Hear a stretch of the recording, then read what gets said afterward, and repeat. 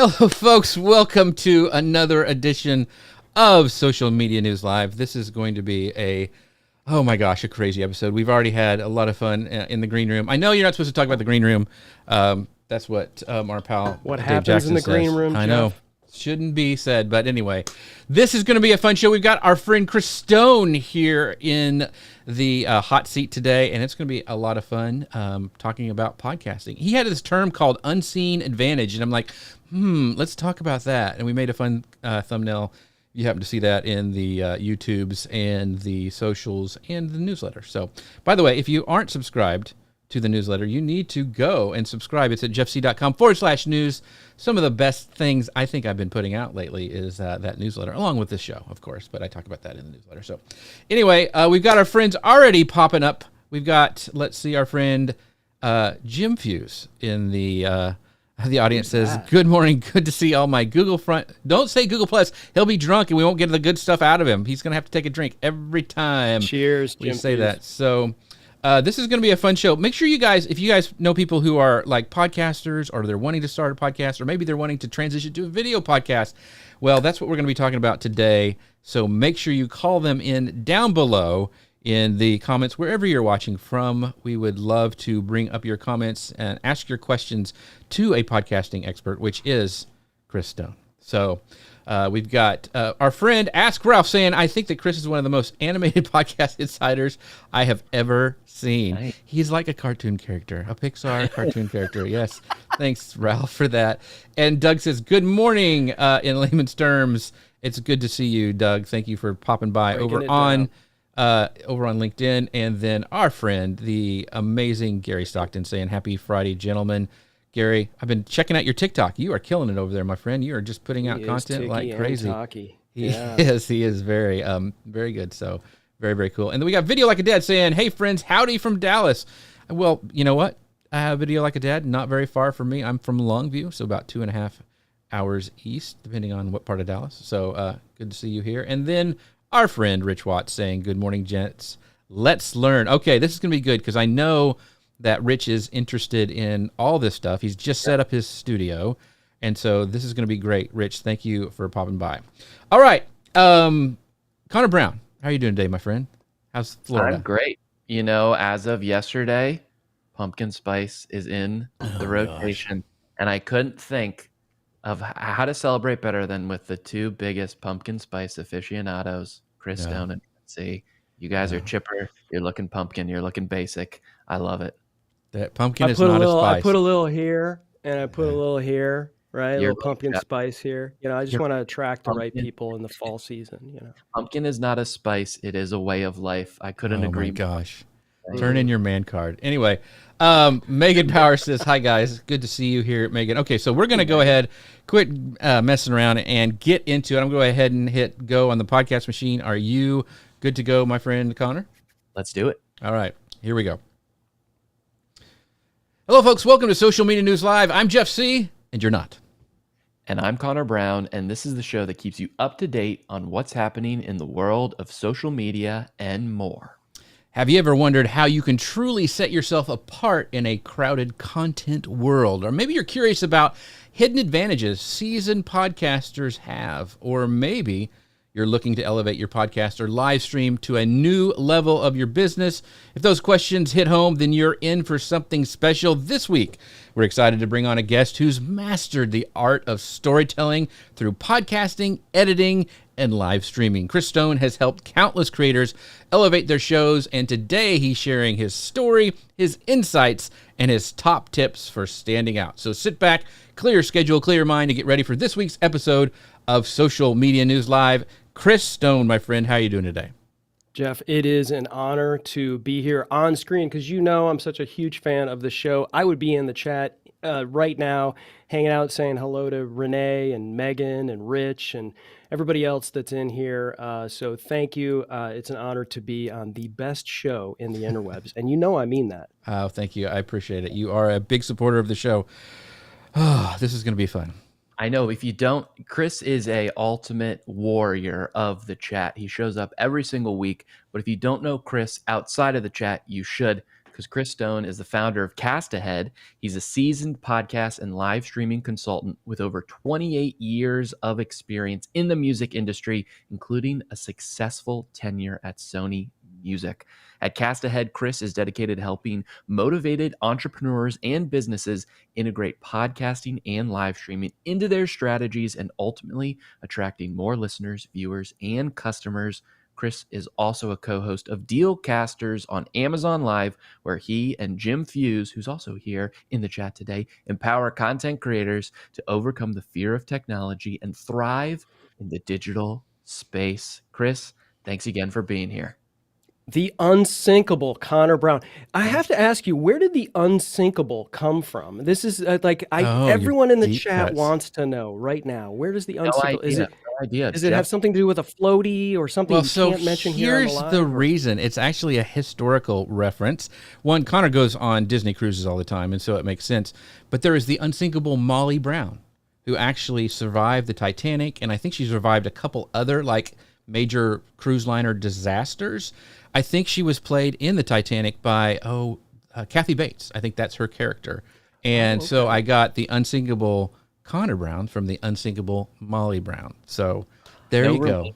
No relation to that you know of. And it has kept me up at night. I'm telling Connor. you. It's ironic because I don't actually know how to swim. So it's tough. Are you kidding me? You don't know how to swim? No, I do. Okay, I was just like, what?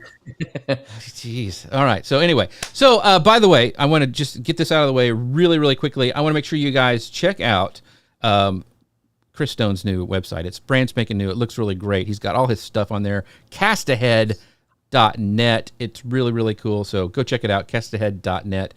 He's got all his services, all the stuff he does, great testimonials, some of his amazing editing, which we're going to talk about today. So castahead.net, go ahead and check that out.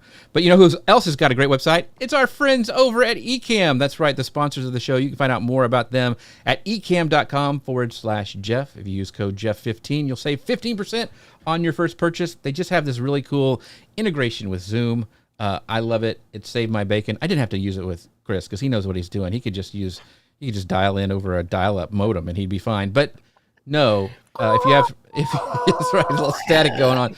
But if you had any trouble, if you have trouble with guests who maybe aren't familiar with how to log on, if you're doing a lot of new people who are getting into live streaming, Zoom is a great way for them. And now Ecamm integrates with it really, really easy. So make sure to check that out. All right. Talking about podcast unseen advantage, this is going to be fun because when you said this, Chris, I was like, okay, this is really good because it makes sense. So we're first going to be talking about one of the things that you really do with all the content you put out. You set yourself apart. You stand out. I mean, you and I chat a lot, in the Messenger or whatever. And one of the things that you talk about is standing out and the way you edit actually gives you business. So I want to talk about some of your specific strategies that you use to set yourself apart as a content creator because, there's all this AI content vomit. AI is great. I love it as a tool. But when you're creating content, how can you set yourself apart? So tell us your secrets. Yeah, I first want to give a disclaimer that a lot of people when they hear me talk about AI, they think I'm some sort of anti-AI person, and that couldn't be further from the truth. I love it. Much like you, Jeff, I like to pull, I'm an AppSumo addict, and I have a ton of software that I'll just, give a go and use it as much as possible because we're curious people, and a lot of creators, a lot of the folks here that are in the chat, Tech Troublemaker, Dustin Stout, all these people are very curious people, and it's why they've transcended themselves and are the creators that they are. But I think where we stand right now in this whole realm is people are using this AI mostly as an easy button, and they're taking all of their content and they're putting it in these things. And whereas 3 months ago, they didn't have any shorts or reels or blog posts, or, they didn't have really a presence on LinkedIn. Now they have a ton of content that's showing up. And of course they're using AI. I'm using it as well. But it's an opportunity for us to set ourselves apart from what everyone else is doing. Now is the time to do that. And there's great software that allows you to give you a sort of a head start and be able to say, okay, it used to be a pain in the arse to do show notes for my Right. podcast. It Right. used to be a pain to just get, people hate video editing. I love it. Okay. But they hate doing it. It takes way too much time. But I have this program where if I take my hour-long episode and all I got to do is paste in a YouTube link, and then look, I've got 15 reels, and it even ranks them for me on some algorithm that somebody came up with that says, hey, here's the one that's going to hit the most with your audience. And it just is creating this pile of mediocrity that everyone else is doing, where I'm making the choice to say, okay, I can use these things, and I'm going to go in and I'm going to try my best to do it in my own voice. And that means sometimes I have to recreate that. Mhm. Sometimes I'll use this software to say, hey, this actually was an excerpt that I didn't really think about, but it makes great sense for me to use. I'm going to pull that episode in and create my own edit from that and put it in my own voice and do some of the things that I think would make more sense. And yes, that takes time. But I would rather take the time and have it be more effective for the audience and the people that I serve and the clients that I serve than to just add to this pile that's happening. And I know we're going to get into a lot of the other stuff as it relates to podcasting more specifically and what advantages that you do have and by utilizing this AI. But I think from a mindset perspective, Jeff and Connor, I think when I put something into AI and I say, okay, I right now my mind's a blank page and I know I need to be doing something with this, and I put it in there and it gives me something. I look at it initially and say, someone else did this. Mhm. And I think if we look at that and we go, okay, someone else did this, now it's time for me to take this and go, okay, I like this. I like the framework. I don't like this. And I probably would tell a story around it. Because sometimes people, they just need a little bit of a head start. They just need one early on when Lately came into the game, and Lately Right. AI is just a great piece of software, and I love the people there. But they said this, and this was 6 years ago when AI was just a gleam in a lot of people's eyes. They would say, our software will take you to second or third base. It's your job to take it home Mm. as a human. Right. And so insert yourself in this, call it the human loop or whatever you want to call it, and take it home with your voice. And there was tools within that software to kind of like use what is your voice and be able to see what is hitting for you and your audience instead of just throwing stuff over the fence and hoping it hits. Yeah. Yeah. I love that. I think it's so important that AI needs to be something that helps us be creative, not replaces our creativity. I love that point that you made, Chris, about how everyone's doing the same thing, right? They're uploading it to something that's producing shorts. And what does that do? It just has a lot of the same content on Instagram, on TikTok, because the one tool is creating it all, and it's removing our own authenticity, our own voice, everything Yes. that makes us us, and we can't stand out in the crowd. And I think that might be one big mistake that people make when it comes to adding in AI to their workflow. They just see everyone doing something, so they say, well, if everyone's doing it, I might as well do it. And then they just become a face in the crowd and they don't stand out anywhere. So what are some other common mistakes that you've been seeing lately when it comes to content creators integrating AI into their workflow? And what are some things where you're just like, why are you doing that? Why is it that way? Yeah, I'm not trying to call out, any specific software or whatnot, but I mean, I just want to say, Alex Hormozy's been taken. Okay, everyone, stop Right. using Right. his fonts. Right. Stop putting captions on over people's eyeballs because you're not going to connect with anybody that way. And I think that it just you have a voice, you have an audience you serve. If you stay hyper focused on the people you serve, you won't do half the things you do. And you have to understand, like, how am I going to solve this person's problem? And if I'm just doing it what everyone else is doing, are you really hitting them? Are these algorithms really selecting your content to be put in front of your key audience? And a lot of the clients that I serve in at Cast Ahead in the productions that I do and the podcasts that I put out and their content, are sales trainers, and they say this all of the time. Everything out there right now, our products and our services are all the same. A lot of what we're saying is no different. There's probably someone on this earth that looks like me, Steve Zahn, on a podcast somewhere and is talking about AI and video somewhere. I'm not saying anything ridiculous. The only difference between what I'm saying and what this other person is saying is me. I'm the difference. And AI is fantastic. ChatGPT is fantastic. It is a great way for you to help, but you have to be you. And it's the only difference that it from your blog post and someone else's blog post about the same thing that you're doing. Yeah. One of the things, and I want to, there's some great comments we've got from our amazing people in our audience, is Dustin, who has a great AI tool called Magi. So he knows what he's talking about. He is deep in the AI world, and he goes, AI is a supplement and requires a human to work. The more skilled the human, the better the AI output. Like, I totally agree, Dustin. I think I see it as a way that as storytellers, it enhances what we can do as a tool. One of the things, and you kind of alluded to it, Chris, is that blank page syndrome where people get and they're like, okay, I just sit in front of this. Okay, what am I going to write? What script am I going to do? I think AI can help jumpstart it.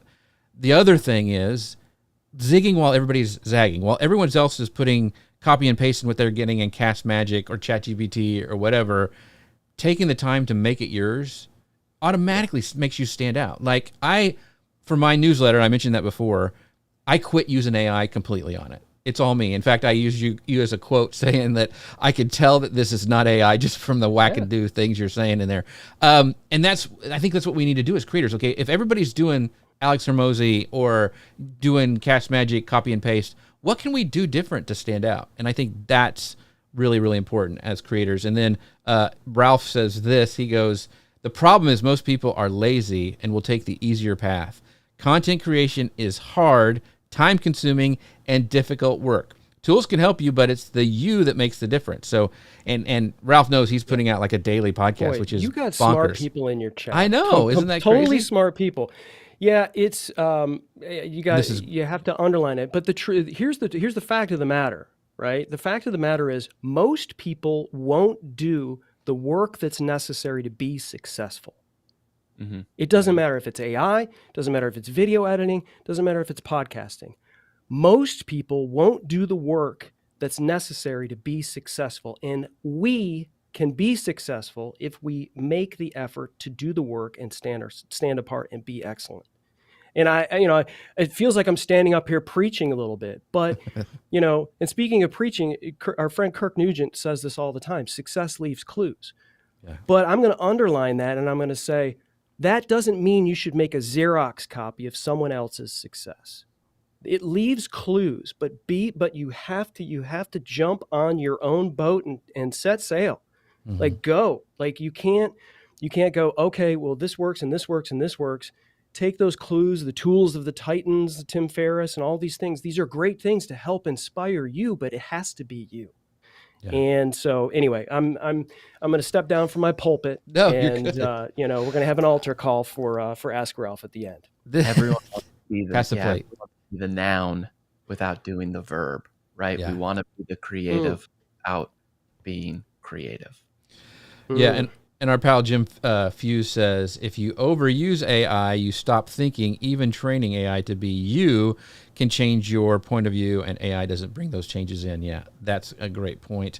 And I want to bring back up James Hicks's comment. He goes, Dr. Hicks. Oh, let me sit up straight here. Yeah, he's coming on the show in a couple of weeks, so I'm really excited about that. Chris bobs while everyone else weaves. So you're one creator, especially with your clips and your shorts, that I think elevated you to the forefront and got clients, and people saw that you did what you did and they want it for their brand. And so you were able to kind of use those skills that you have to attract clients. So you're an example, but do you have any other examples of creators or brands like effectively using AI kind of to set themselves apart from the market, but still retaining who they are and not letting it just, I'm just spitting out stuff? Well, I mean, you mentioned it earlier, and I'm not just saying that because I'm on your show, Jeff, but you were on Dealcasters last year, and we talked about, of course, we talk about AI. It's what everybody wants to talk about, and that's fine. I'm comfortable having those conversations. And you said this. You said, "I think AI will make us better storytellers," and then you told a story. And I was like, it was one of the few times on Dealcasters where I was like, it kind of knocked me off of my rhythm a little bit. You know how you get into podcasting as a host and you're like, okay, next question. Okay, we got to get to this. Okay, somebody's in the chat and you're doing all that. And of course I'm doing that, but you said that and it kind of knocked me a little bit, and it in a good way. This is one of the best parts of podcasting is you get to learn, you get free consultation, all of the time. And it hit me. And it was like, yes, why? Like, ask ChatGPT for a story, and you're probably not going to get it. Even if you can, create these AI agents and all these other things that supposedly are in your voice, it's not there yet.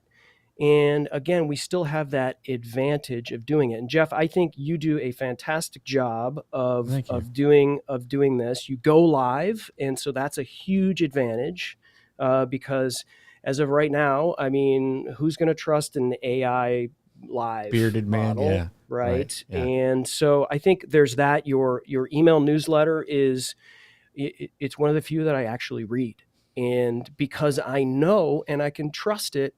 And I know your sense of humor, and I know I get value out of it, right? And it's quick, and it's okay, and I get what's happening, and then maybe I sign up for Ecamm, whatever. Right. So it's that's a good example. James Hicks, who's in the chat right now, we've talked about AI video software. And James Hicks does a fantastic job. You guys need to go to Hicks New Media and James Hicks and check out what he's doing, especially when it comes to short form video, because he's taking some of these softwares that are creating, using AI to create videos, and then he's going in as a human, and it looks and sounds like what James would do. Now, I know he's using, because he and I share our tools. And so I know that he's using maybe 3 or 4 different things, but he's inserting himself because he has a laser focus on his audience. He has a laser focus on who he's trying to serve.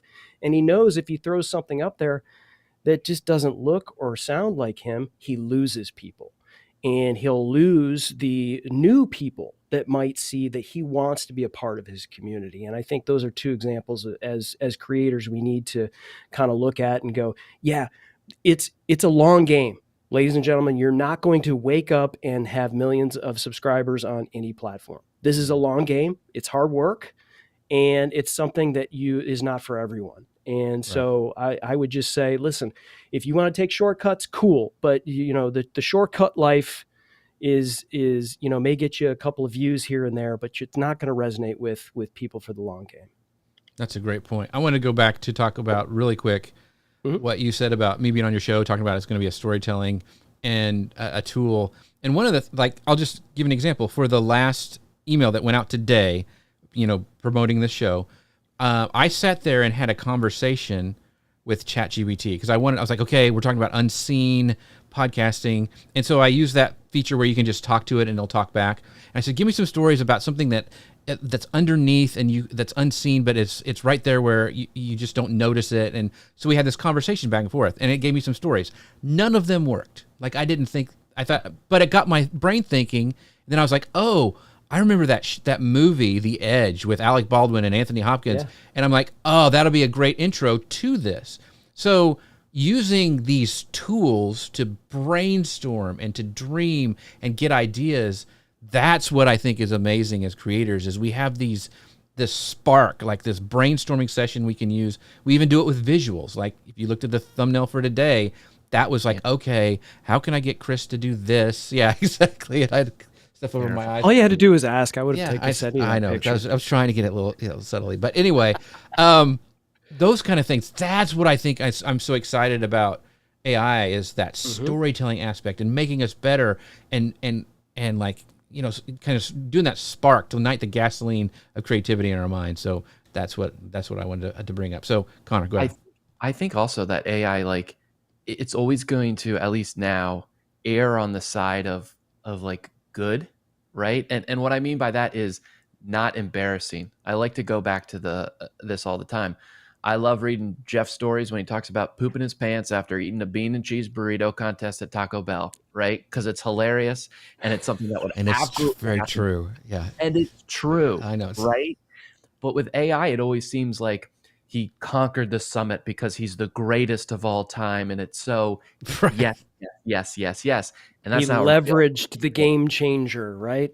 there's no authenticity to it. Right. So using it to jog your memory to go back to an Alec Baldwin and Sir Anthony Hopkins movie from, almost 30 years 1997. Yeah. ago, right? So I think that that's the real power in all that, which is great. Agree.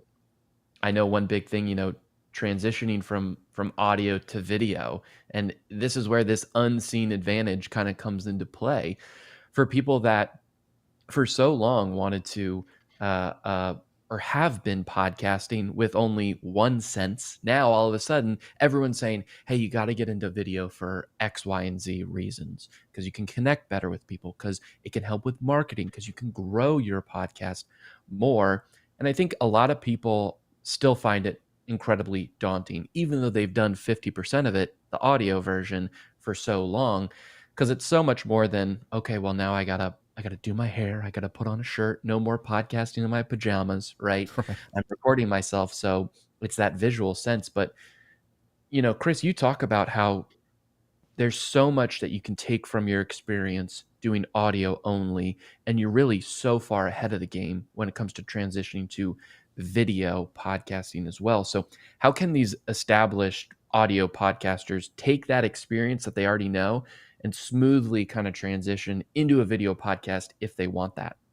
Yeah, I'm not sure when it clicked. I started having a lot more conversations with sort of successful podcasters from an audio perspective. So at some point, late last year, and there's struggles that they're talking about are things like maybe imposter syndrome adjacent, like, okay, or I have fear of camera, or I'm not sure what I should be doing from a tech perspective, or things like this. These are things that people that have hundreds of podcast episodes are talking to me about.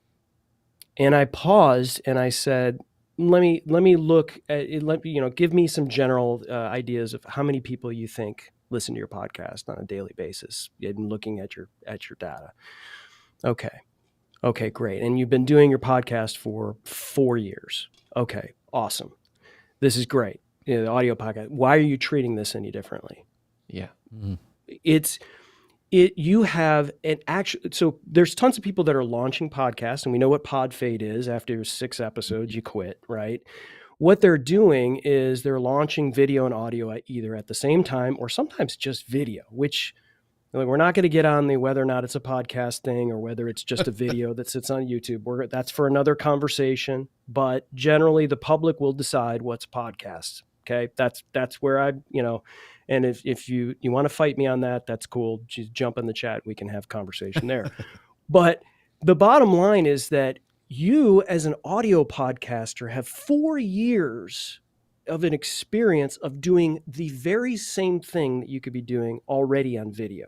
And you've gone through all of this, let's call it training, to attract an audience that you already have. Mm-hmm. You already have 4 years of experience and have built a community. And yes, it's audio only. But if you think your audio only listeners are only listening to audio podcasts and not watching them on YouTube, you're wrong. You're absolutely wrong. They are going to YouTube. They're watching content. It may not be, 2-hour-long podcasts from whomever, but they're consuming more content than just your podcast. Okay. And so now you've got, let's say, thousands of listeners for your audio podcast. Why not create content that's expected in that video platform for those people, but also for other people to find you and go over to your audio podcast.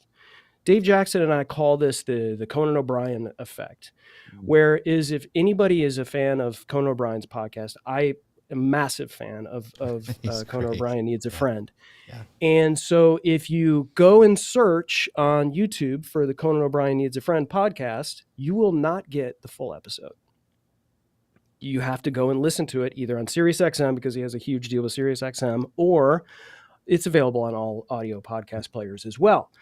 And so, of course, I've watched clips from, various guests on his episode. And then, he shows up in my YouTube algorithm and I see a clip of him interviewing the Beastie Boys. And I'm like, cool. So what do? I'm watching a couple of, episodes, but they're 8 minutes, 6 minutes, 15 minutes, or whatever.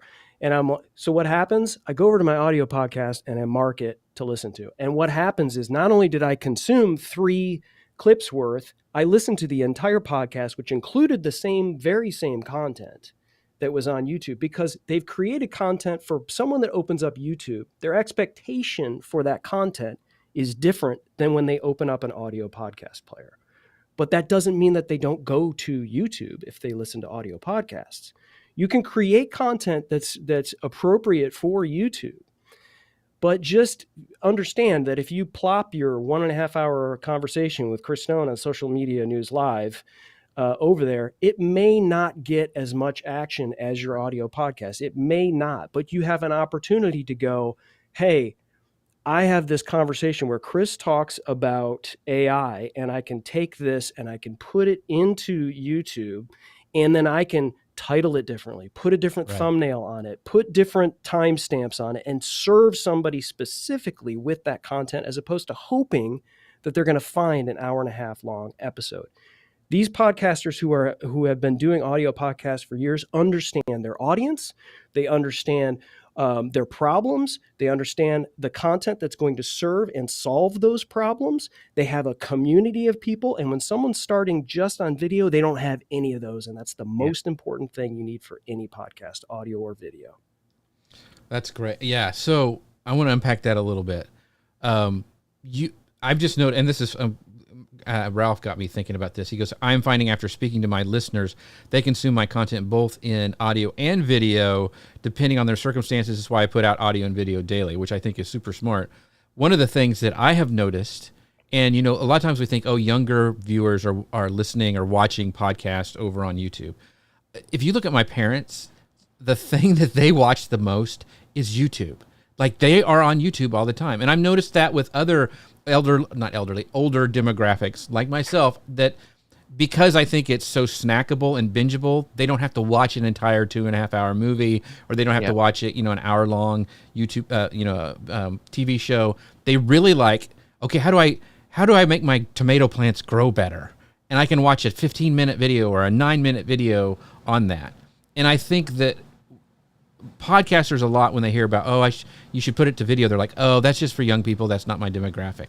I would argue that no, that's not true, because with the rise of all these video TVs, the Rokus and TiVos and all that my parents are on it all the time, and they're not tech savvy. They're not. They're like, I have to set it up for them.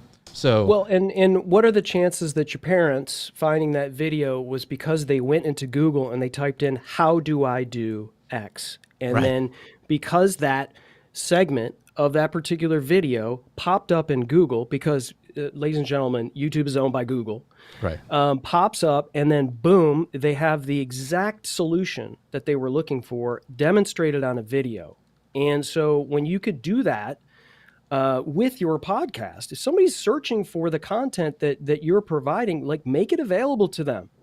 Create a video that is a part of your podcast with a specific timestamp, and Google will find it.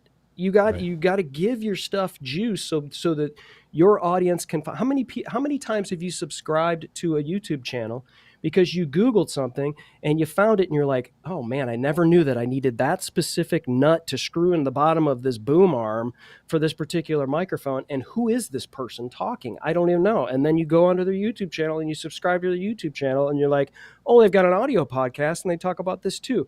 You go down a little rabbit hole with creators. you can do that. You just have to be able to go and step into the batter's box as it relates to video and start taking swings. And and that doesn't mean you have to show up. And, I know I'm jumping ahead here for the, in terms Right. of the show, but there's some beautiful live streams. We talk, James Hicks is here. Jody Krangle is here. Ask Ralph. These are people that are on video and they understand how to create really great looking video, whether it's with Ecamm or whatever software that they're using. And people are freaking out about it. Like, how can I show up like them? And again, I have to go back to the audio podcasters and go, do you remember when you first started your audio podcast?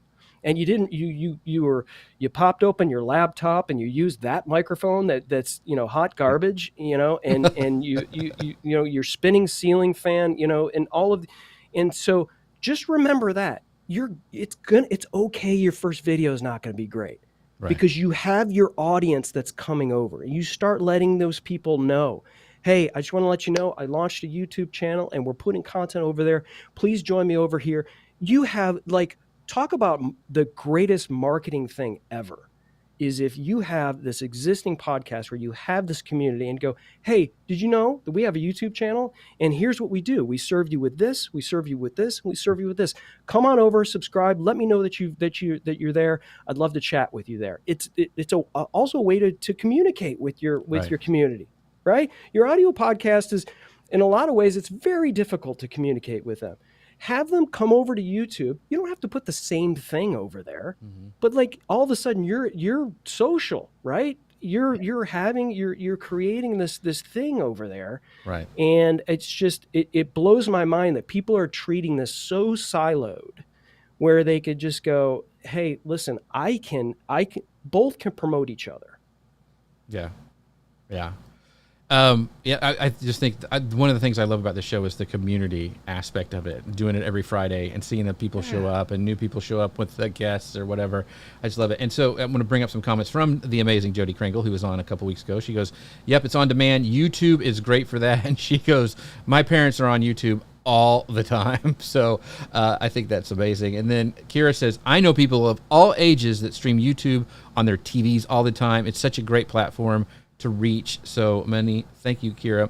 We've talked about YouTube, and Chris, I wanted to ask, and this is kind of a nerdy, question, but do you put your video podcast on Spotify as well, or are there other platforms that you think a video podcast should be on other than YouTube? I've got a few clients that put their podcasts on Spotify. Right.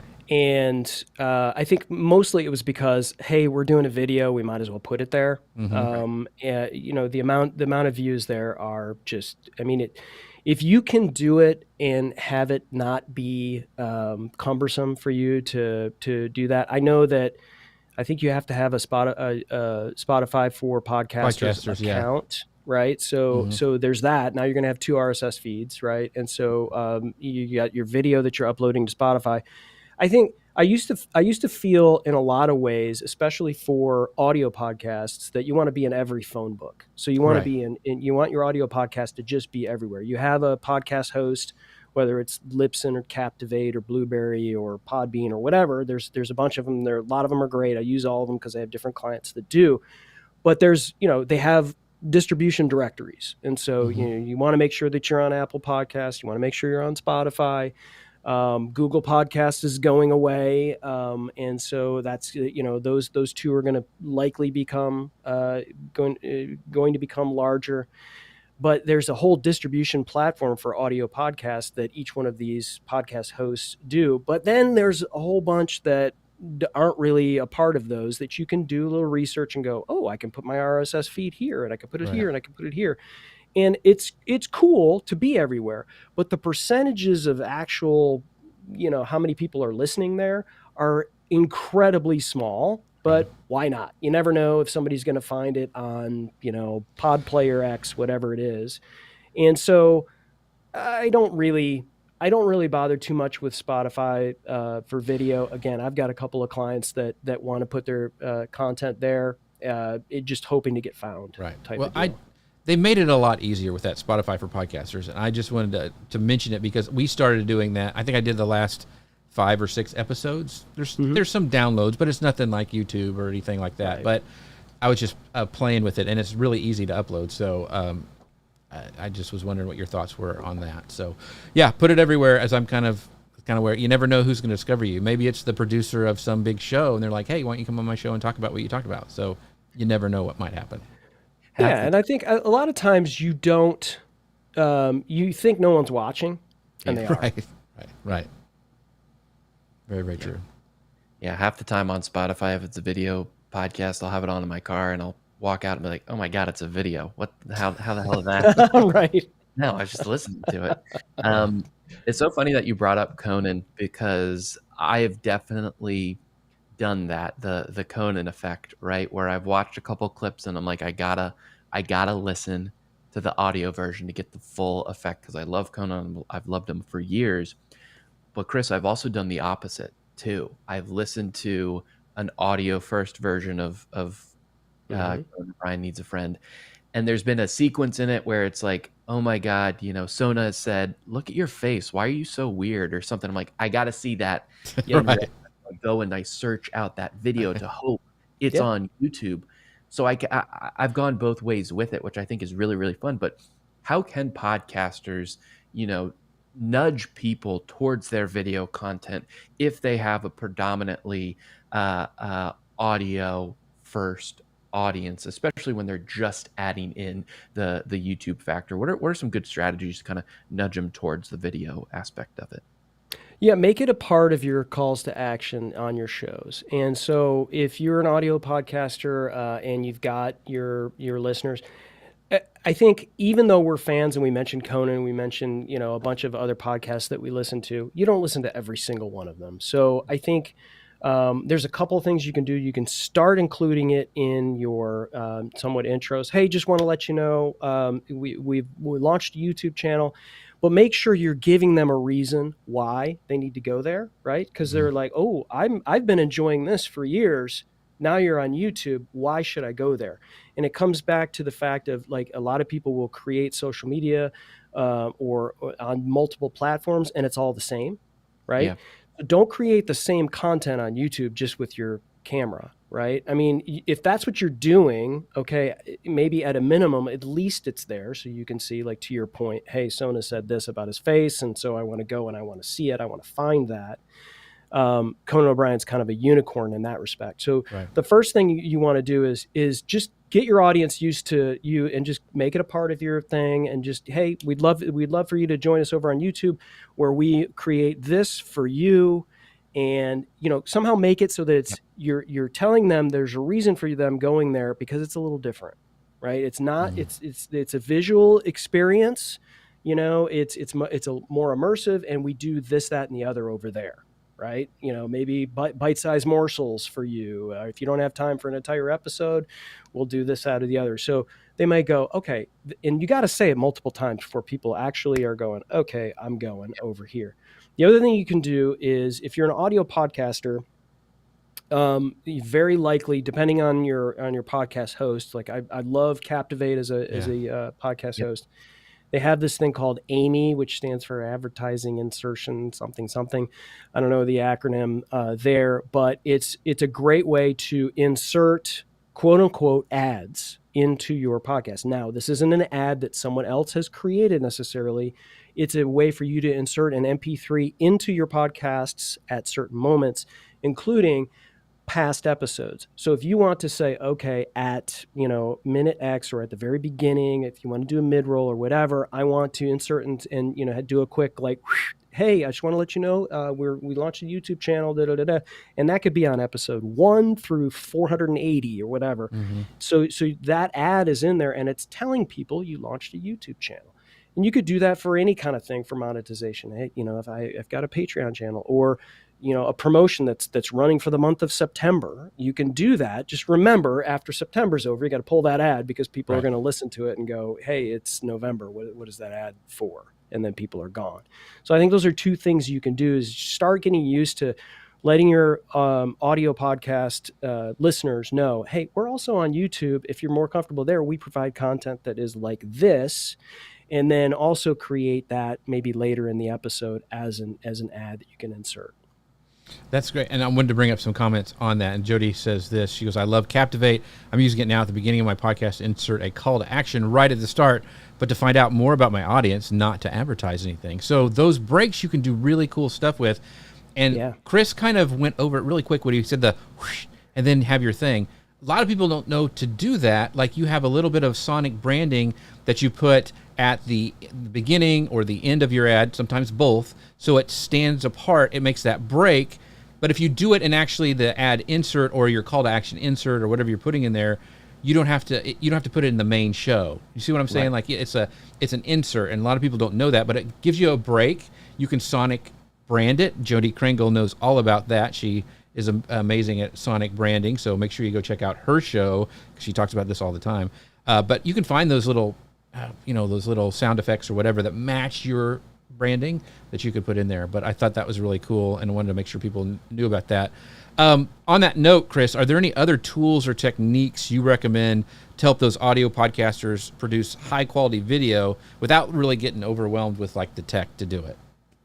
I just go back to what I'm, as far as tools are concerned, it's your mindset. And just understand, like, you've built an audience already. You're ahead of these folks, and stop getting like the comparison, imposter syndrome, whatever we're calling it, where you're looking at these gorgeous live streams.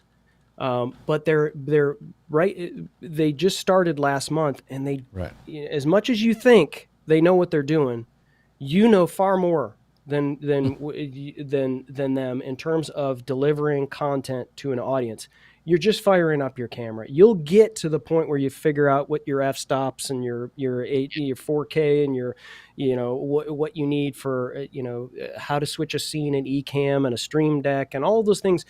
YouTube is great for learning those things, but you don't got to learn it all at once, and you certainly don't need to wait until you have a glorious looking show like Social Media News Live before you launch a show. Like I said, it's time to step into the batter's box and start taking swings, and get yourself going to get to work on your batting average, and because that's what you did as an audio podcaster. So your mindset needs to be, okay, I'm doing this. I am doing this. Because your audience, this is the other great thing about this audience and this community, Jeff. If you showed up right now and somehow there was an audio, and I think there's been situations where like somebody's doing an echo audio thing, or somebody's camera goes out. These people in the chat, like Rich Graham and others, these will be like, hey, have you checked the flux capacitor? And did you flip the screen? Like, they know this stuff because they're here to help you. And your audience actually loves to do that because you've cultivated this community of people that are here to enjoy, to be educated, to be entertained, and to be part of this community. So as someone who's done that already on audio and is now firing up the video, you have such a huge advantage where you're not doing what do they call it? The zero viewer live streams or whatever they call them, you know? It's like, you're not going to do that. When you go live, and you have an existing audience and you've started to let people know you're doing it, the people are going to show up if you've been podcasting. They will. Because they want to see what you look like when you do podcasts. Like it's kind of it's like just like, okay, this will be exciting because I've never seen Chris Stone before live, and this is going to be great. I can't wait to see him. Oh God, unsubscribe. One of the things too is like it just takes time to practice, right? Like, some people may not know, but I'm actually sitting here manually switching these things on a huge button Stream Deck. I'm changing the scenes, all this stuff, and I would sit down before my show and practice and practice and practice and practice, and I still screw up, it's whatever. I'll put the wrong lower third or something, but that you cannot go out of the gate thinking you're going to do all this switching things without practicing. You've got to do it. It's to this that you have here. Well, what was on there before is it sets yourself apart. So as going live, this is the other thing. Is like, going to do video is one thing for audio podcasters, but going to do live video for whatever reason, that freaks people out even more.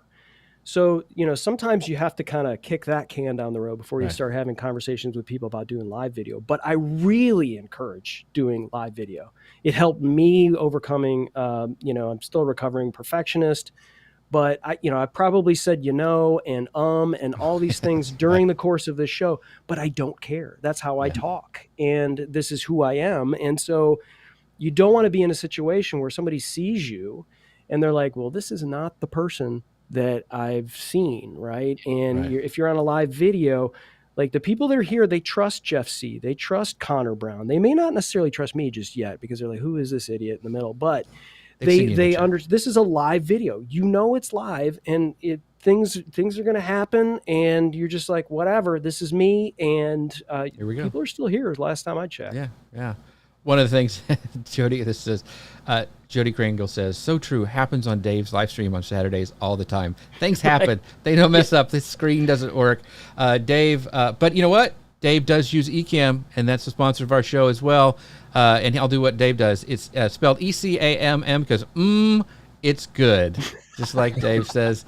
So if you go to ecamm.com/Jeff, you can get 15% off if you use Jeff15 as a code on your first purchase. So make sure to check them out. They do make stuff really easy, and you don't have to have really complicated stuff right out of the gate. You can work your way up. The community is amazing over there helping you. Just like this community is great for helping people, their community is amazing as well. So make sure you guys check out my friends over at Ecamm. All right, this last section, this is it. We're going to be talking about overcoming fear of tech. So yeah, Chris, this is something that you do so well with Dealcasters, helping the people that are content creators or want to be content creators overcome that fear of tech so that they can create content in this digital world that we live in. We all have fear of some sort of technology, even if we are the techie in the family, right? Like my big fear as a content creator is shooting video without using a manual mode, or I should say without using an automatic. I always shoot an automatic.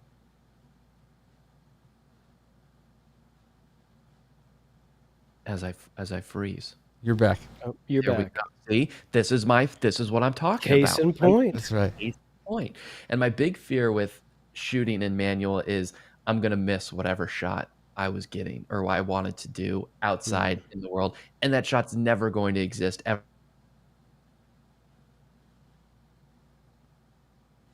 So my big thing is what are the most common fears that people have, that content creators have with technology, whatever it is? And I guess guys kind of frame it, in the podcasting, video podcasting space, and how can those content creators overcome these fears? Stop looking at other stuff and thinking you're supposed to be that. I mean, no matter how much I say it, I do it too. I absolutely do it too. But, I think you have to turn that sort of negative comparison kind of syndrome and turn it into actual curiosity. And the beauty of it is at our fingertips, we can find what it is that we need to do. And I always try to keep it simple with everyone, whether it's the clients that I've got or it's the guests that are brought on to client shows. Jeff knows this. It doesn't matter, how high level a person is. Sometimes, it's not a commensurate sort of situation in terms of their virtual presentation. They're showing up and even as I'm freezing on the screen. Okay, I'm back. We see it in broadcasts like, on ESPN and, everything else where people are just showing up in their wine cellars like they're in the witness protection program with an echoey kind of thing. And so if we can just make sure that the person can be clearly understood, and that's from an audio perspective, that's the number one thing. Okay. So if they're showing up with AirPods, okay, I immediately know, okay, do we have wired earbuds? And, no matter how much you send to a guest ahead of time, they're not going to read all this stuff. So you got to give them some simple things. And that is make sure that we have some wired headphones. If we don't, okay, let's work with your AirPods.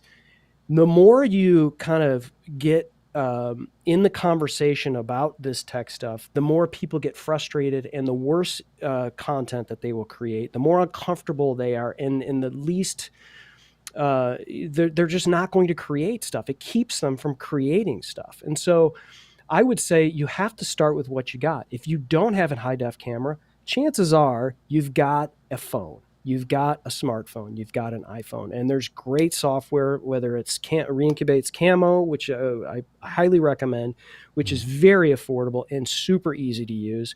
Turns your iPhone into a 4K possible camera, Right. if that's what your iPhone is.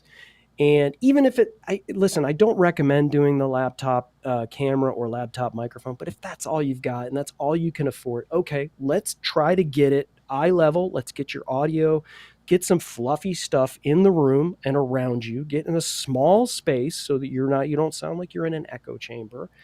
And those things are all free. And I've put on some shows that have gotten thousands and thousands of views. In 15 minutes before we went live, this person's showing up and doesn't even know how to turn on their camera. And we got them going, Right. and we got the show live, and it was like, okay, because a lot of this stuff you think matters enormously, and it doesn't. What matters mostly is that person being comfortable to deliver things, and everyone can actually hear them and understand them clearly. Yeah, I think that, start where you're at, and you don't have to go like build a big set. Like if you look like, I'm jealous of Chris Stone's set. Look at that. It's just amazing. He's worked hard on that. And you see, he sends off his, when he does his like the photos that you use for promoting his show, when he's on your show or whatever, his headshots, but he's got his whole setup. Like he's in front of like the NASA Space Center, launch center there. But it looks awesome, but you don't have to start that way.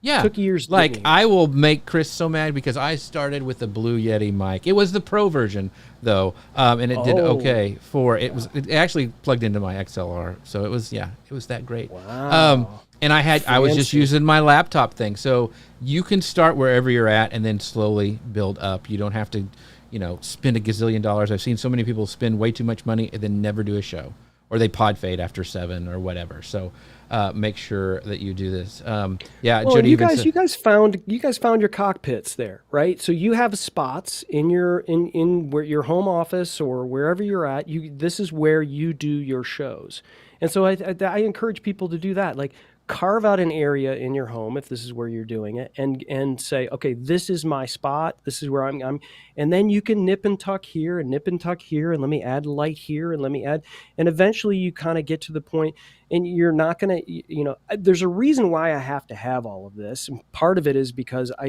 when I'm showing up as a producer to produce other things, I got to look like I know what I'm doing. Right. And so a lot of it has to do with that. And so like, who's going to trust, if it looks like I'm in the witness protection program, you can count the nose hairs because I'm doing this, and there's a spinning ceiling fan and stuff like that. They're like, who is this clown telling me that I should be doing this, that, and the other? And he sounds terrible. Right. So there's a reason why I need to do that, but you're not going to be able to do that overnight. Find a place where you can throw some fluffy stuff. And listen, you don't want to see what's outside of this frame here. I don't know. There may be drawers here on the floor. I don't know. But I call it for me, it's the cone of cleanliness, right? It's like this, and then everything over here is not good. So the cone of cleanliness is a real thing. But so we even have this, like, what was it? Jim says he's done quite the overhaul. Remember when he had guitars on the wall? Are the guitars on the other side, or where did you hide them? I've got guitars all over the place because I've moved them out, and then so I've got them like they're in other areas of my basement. I'm probably gonna I might put one up here or there. It became such a topic of conversation that I was like, is this distracting? And so I thought, well, what I'm gonna do is I'm gonna try to brand whatever show I'm on, whatever show I'm producing, and make it, more, let me just kind of not fade into the show, but I don't want to be distracting either. Because I think a lot of times somebody will have a fantastic virtual presentation, and it's just too overwhelming for the show that they're on. And so you want to fit in the mix. Like, I look like I belong. Well, I don't really. Connor's way too good looking for this show. I know so, he is. He's like really making like us the Tom Cruise of live streaming. So and Abby goes, "Does the cone of cleanliness touch the floor?" She's seen it. Like, it's like, yeah, it's not good. So, and Kira says, "Love me some Blue Yeti." Does anyone remember the snowflake mic? I remember being so excited to get it back in the day. The snowball. Yes, I the didn't know there was snowball, a the blue snowflake. snowball. Yeah, well, that was for us down south. The snowball. The snowball. Wow, that is. If there's a competition for the worst mic ever, That would be it. Yeah. up So there. this is a great question. We'll finish with this one because it's from Jody, and she goes, "I'd love to learn more about your lighting, Chris. So can you talk really quickly about your lighting?" yeah, I wasn't prepared to do the alternate camera, but You can just talk. It's a podcast.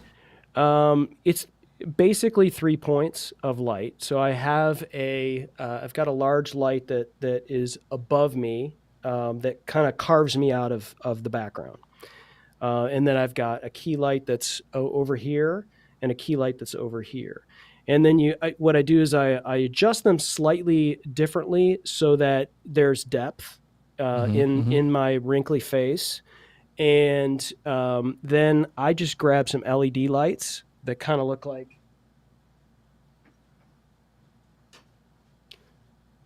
this. Yeah. And these LED lights, which you can find on dealcasters.shop, will project whatever light, whatever color you want to do on your walls, so that Cool. you kind of are you kind of align with the colors of any particular show that you're in. And I know Jody's got some great branding, so she would have it, burgundy and Right. that So gold what kind- and yeah. What are your above lights, the key lights and your point lights that you're having on you? Do you know what brand they are off the top of your head? GVM. Okay. They're GVM lighting, which stands for I forget what the acronym is for that. Good, very Motor. Yeah. Motor. Good, very all right. motors. So we are at the end of the show, Chris. This has been amazing. Thank you for taking all these questions. I think a lot of people who may have struggled with, okay, should I do a video podcast can see the value of it. And if you're just starting out, why not start with video? Once you get everything the way you want it, practice, take your time, go slowly. But there's so much benefit from doing the video forward podcast. So, Chris Stone, tell people everything you got going on, where they can find you, all of the good stuff. I am at castahead.net, and we produce podcasts for motivated entrepreneurs who want a show. They want to figure out how all this stuff is done. They just want it done for them, and that's what we do for you. castahead.net.